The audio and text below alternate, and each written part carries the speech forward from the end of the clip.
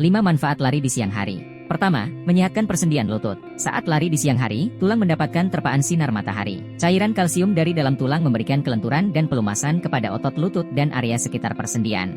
Kedua, mempercepat proses pembakaran lemak.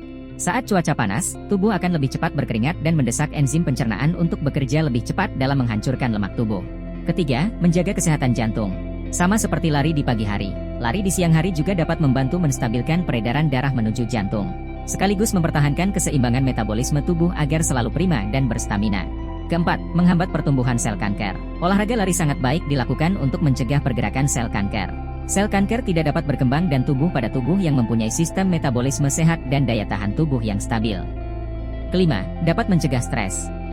Stres yang berlebihan memang bisa mengacaukan keseimbangan metabolisme tubuh dan juga jantung. Untuk menurunkan stres, maka bisa melakukan lari di siang hari, agar tubuh dan pikiran bisa lebih rileks.